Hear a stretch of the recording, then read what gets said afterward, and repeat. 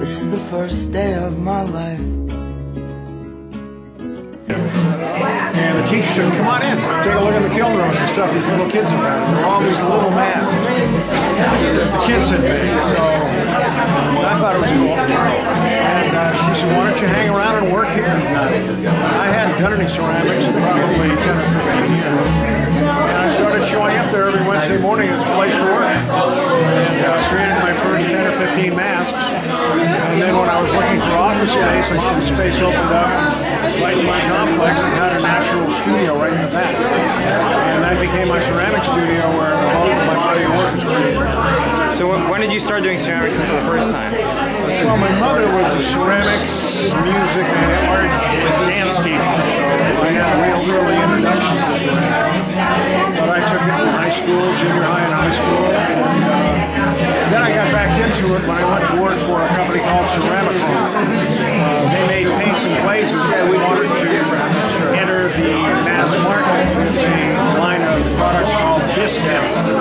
Bisque is once fired ceramic that you can then paint on and finish. And finishing it in acrylics, you don't have to refire it. There you go. So we designed a line of 27 items at 5 price points, and I got to work with some of the most talented ceramists in the country. Great education. Oh, thank you so much. You're very welcome. Thank you. Your artwork shows your dedication to me. Thanks very much. Appreciate it. So what inspired you to make such things? Maybe not. Maybe not. I thought about it. No, there isn't any meaning to it. Oh, really? No, that's me and my job, the Mustang. That's very literal. Yeah, it's very literal. It's like it's called burden, and not that I don't love my job, but it's the weight that we all carry when we have to do our job, and there's so many other things that we want to do, and so it's what pays the bills, and it's. But you can explain you understand the illusion, the Mustang, the emblem of Maricosta High School. Yeah, but it means more than just Maricosta. It's kind of a symbol of mine that I use in a lot of different ways.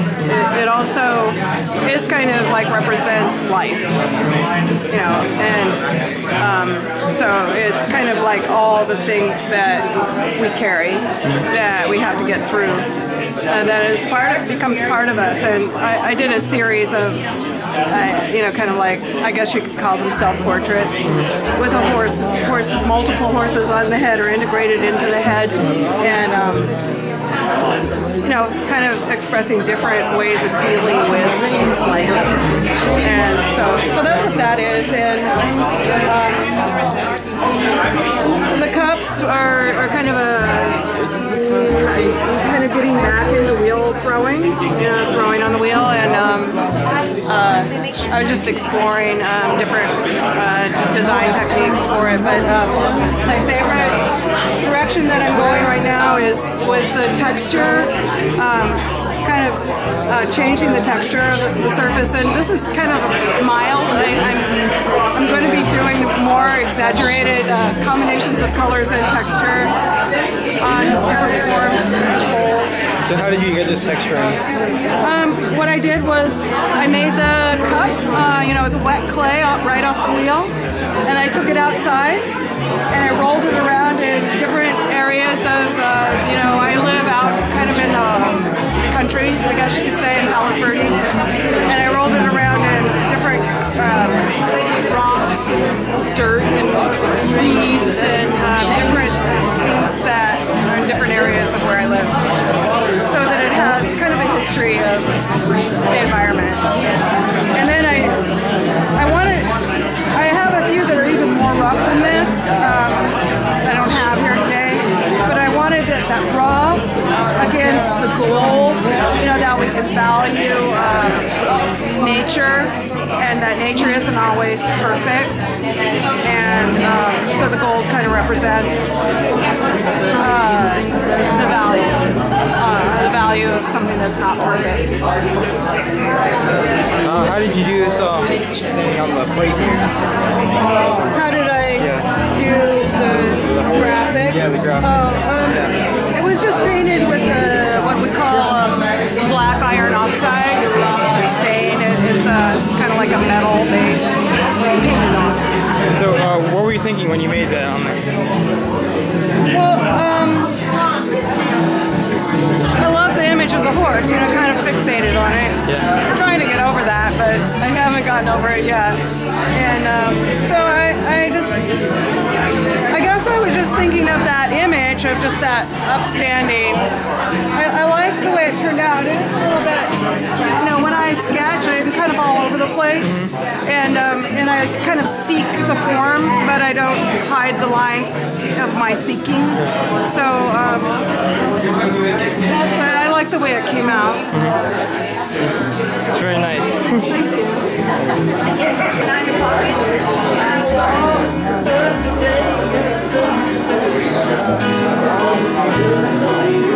A glass of wine in her hand.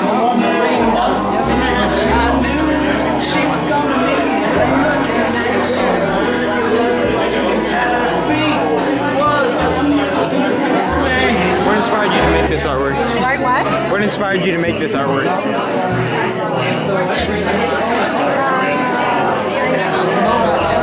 I just do it. I mean, I do folk art. I love folk art. And then actually a lot of these images are from Mad Comics. Oh, really? Yeah. Yeah, from the 70s. 70s and 80s. Kind of Yeah, there are a lot of characters and stuff there. Yeah, I just do a lot. You know, whatever I do. So, would you mind explaining some of them? No, there's nothing to explain. Oh, okay. All right. I'm very good to interact with. It's alright. Do you usually put them in art shows and things like this? No, I have them in my house. Oh, okay. I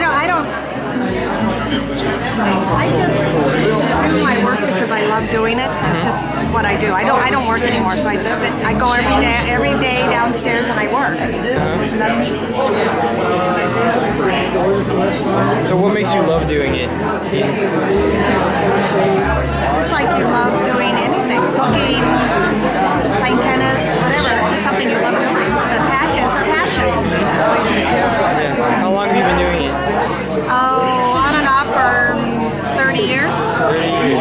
So you must really love it. Yeah. But I used to be an illustrator, and I was always in the art. I was in illustration. I did all sorts of stuff. So it's kind of just what I've done. It's what you've done. Yeah.